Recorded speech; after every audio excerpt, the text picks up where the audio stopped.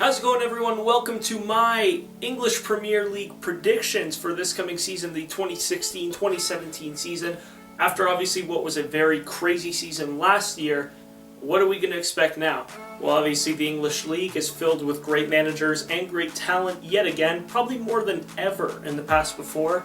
But here we are. I'm going to give you my top 20, that's right, all 20 teams in the Premier League, where I think they'll finish, and a quick reasoning why. Let's get to it. Starting off at the bottom of the table is at number 20, we have Burnley. Now Burnley, I think they'll have a similar trip to their last time in the Premier League where they're going to be heading right back down to the Championship. Reason being, they don't really have the financial stability to make crazy moves, and they haven't made any really transfers at all. They haven't improved the team, and I don't think in this Premier League they're going to be able to do much. They might cause a couple upsets here and there, pick up a couple points against fellow bottom dwellers, but I don't see them really doing much. I see them heading right back to the Championship. In 19th, we also have the fellow Championship team who's coming up, and that is Hull City. Hull City, again, another team who didn't really make many moves. They made it up here, but I think that's all they're going to do. Hull City, I see easily heading back down with Burnley, and probably having a good run next season in the Championship again, trying to come back to the Premier League. At 18th, it's not going to be the other team who came from the Championship. I think they're going to do good. I'll get to that later. But in 18th, I have Sunderland. Yes, that's right, I have Sunderland finally not avoiding the relegation zone and heading down to the Championship.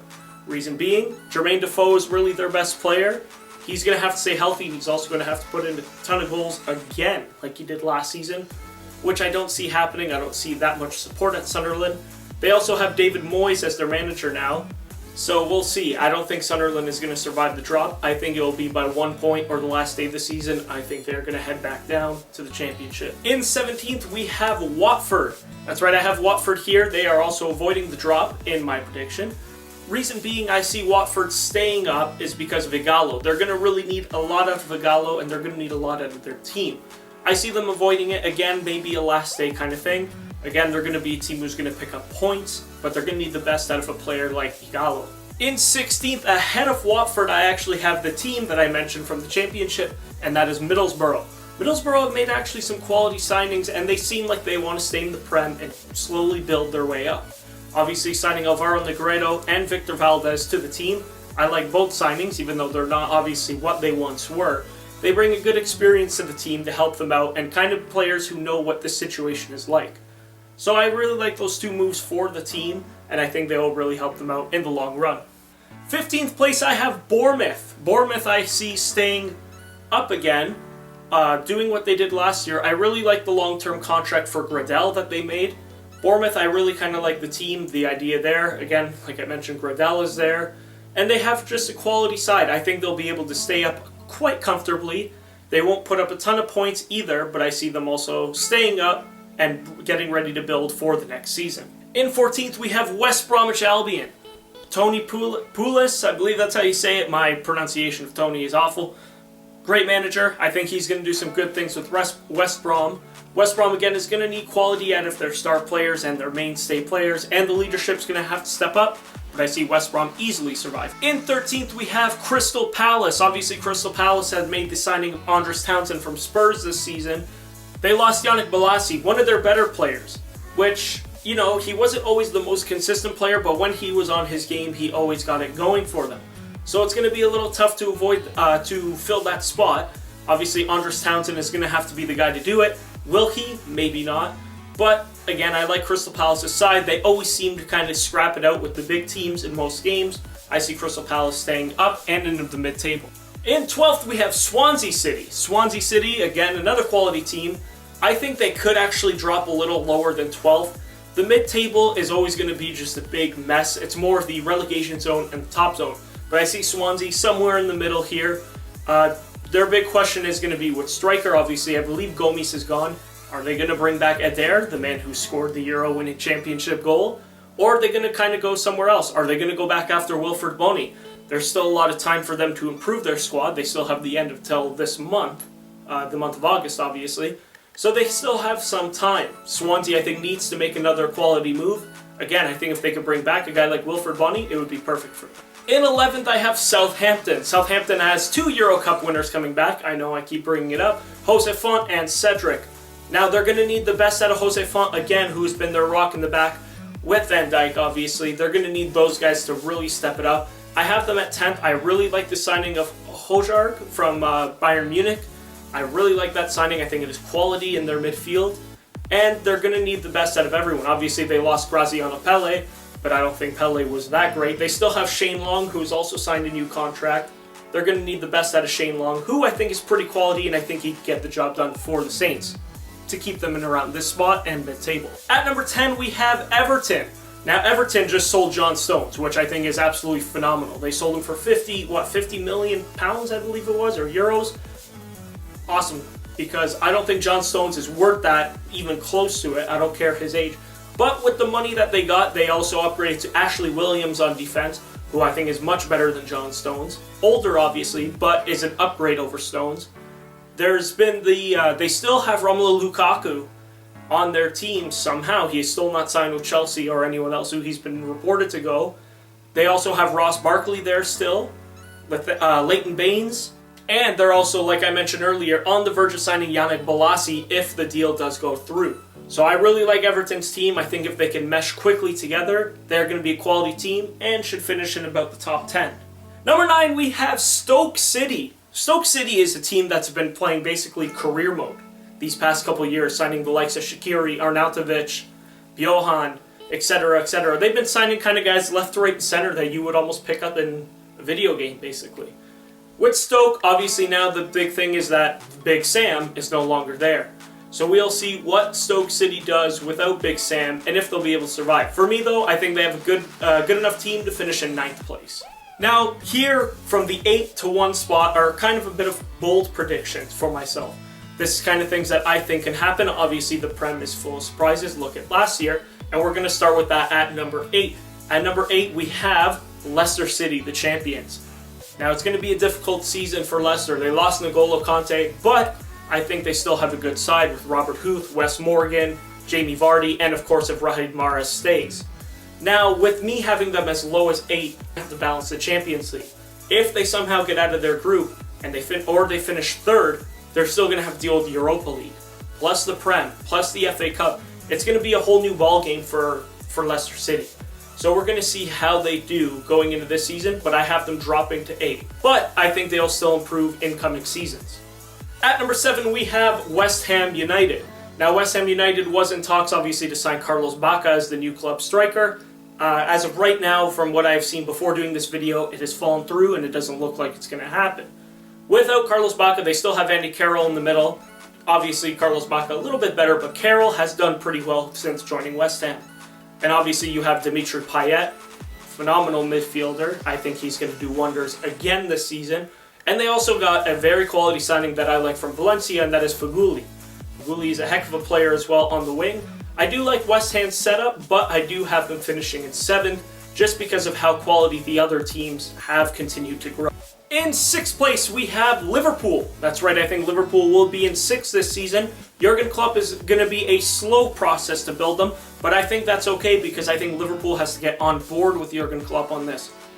In 6th, Liverpool being there, obviously they're going to look to the likes of Coutinho, Sturridge, Firmino, but the biggest thing is, Sturridge has to be healthy. Karius, their new goalie, is already out, so they're going to have to rely on Mignolet for the beginning of the season. And from what I've seen so far in preseason, I really like the signing of Sadio Mane from Southampton. I think he's done a heck of a job already with Liverpool. I think he's already solidified his spot in the starting 11, and he's going to be a key factor with the rest of the midfield to their success this season. And now we reach the top 5, and at 5 we have Arsenal. That's right, I have them actually dropping from their usual 4th down to 5th.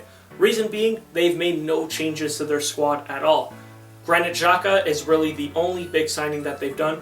If from sometime between now and the end of August, they do sign Mahrez, or they do sign Lacazette, a striker who they've been connected to, then I'll change my mind about Arsenal. But the way that I'm looking at Arsenal with the current team, they've made no changes, and I don't see them getting better without any changes, considering everyone around them has gotten a little bit better.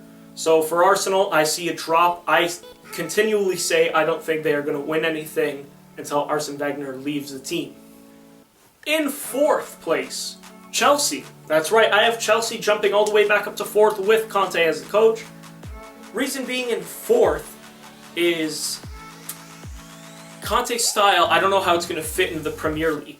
You know, he had a heck of a tough defenders in Juventus, obviously with Chiellini, Bonucci, and Barzagli. Over here in Chelsea, his center backs are Gary Cahill, John Terry, and Kurt Zouma. So that's kind of a downgrade, as much as I do like Kurt Zouma. So they're going to have to do a lot. Obviously, the left back, they still have Cesar Azpilicueta. On the right, they don't have that strong on the right back's position. They do have a good midfield still with Cesc Fabregas and Nemanja Matic, who they're going to have to get the best out of. And obviously, Diego Costa is going to need to be the Atletico Madrid Diego Costa and put some goals in the back of the net if Chelsea wants to succeed.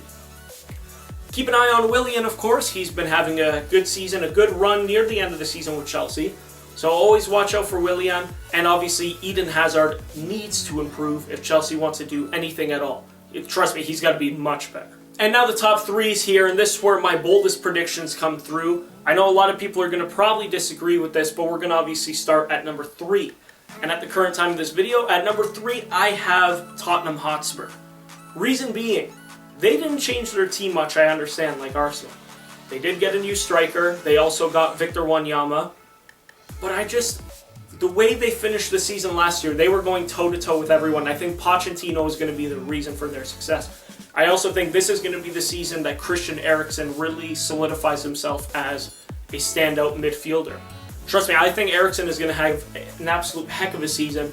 Toby Alderweireld is going to have a good season on defense. I really like the way the Spurs team is built under Pochettino's rule. He's really gotten the best out of everyone, and I think with Victor Wanyama coming in as another depth guy for the midfield, that's all Spurs needed, was a little bit more depth to the team, and I really like what Spurs have done with them. Pochettino's going to have to get the best out of all of them, obviously, to compete, but they're still a pretty young group who I think can do it and come in third place. Obviously, we have to watch out for the Champions League, and you're going to need Harry Kane to have a much better season than he had at the Euro Cup. So now that the bold prediction's out of the way, it's time to go 1 and 2. Obviously, a lot of people kind of have this, but I'm going to go with number 2, and it's going to be Manchester United. I think Jose Mourinho, as much as I love him, is going to fall just short of his next Premier League title. I think he'll have to wait one more season when he wins it again. Obviously, the signings of Paul Pogba, Zlatan Ibrahimovic, and Henrik Mkhitaryan, hell of signings for them. But I think they're going to need a little bit of time to mesh, but it might be a little too late. I think they'll be able to finish second. If not, I hope they kind of finish for first. I'm not a United fan at all, but I think it would just be kind of a sweet thing to see all those guys kind of together build a super team and win. Obviously, big questions still persist on defense. They do have Chris Smalling, but then who's going to play beside him? Is Luke Shaw going to even be healthy? Right back, are they going to go with Valencia? I know they have Bailey to play with Smalling. How is he going to adjust? How's Mkhitaryan going to adjust? There's a lot of questions, and there seems to be answers, but we have to wait till we see it on the field for Manchester United. And at number 1, the final spot, and I believe the Premier League champions of this season are going to be Manchester City. Pep Guardiola is there. I think they're going to go to a little bit of a slow start as well, but they are going to build their way up to number 1. The squad depth on Manchester City is pretty insane. Kevin De Bruyne, Aguero, Yaya Toure is still there. Will he be used is the question. Now they signed Leroy Sané. Raheem Sterling is still there. Fernandinho, Kompany if healthy, obviously. Otamendi, and now John Stones, yay, John Stones. Now it's going to be the question of what formation is Pep going to use, and is it going to work in the Premier League? Is his style of possession going to work with the players he has at City? I think it can with guys like De Bruyne in the midfield as well. He's able to control play. Now the question is it going to work against other teams? Are other teams going to read this quickly or not? So that's my top 20 for the Premier League predictions. Maybe halfway through the season I'll come back with an updated one, see where people are. We'll see kind of how my list does. If you guys disagree or agree, I want to hear it in the comments. I want to know your top 20, top 10, or just top 5 in general. I would love to know what you guys think. Now let me know, leave a like on the video, and let me know also in the comments what league do you want to hear my predictions next. I promise I'll make a video as soon as possible with probably the most upvoted one or the most requested league. So let me know. It's been your boy Andrew RFC. Peace, much love, take care, hit that subscribe button, and I'll see you guys next time.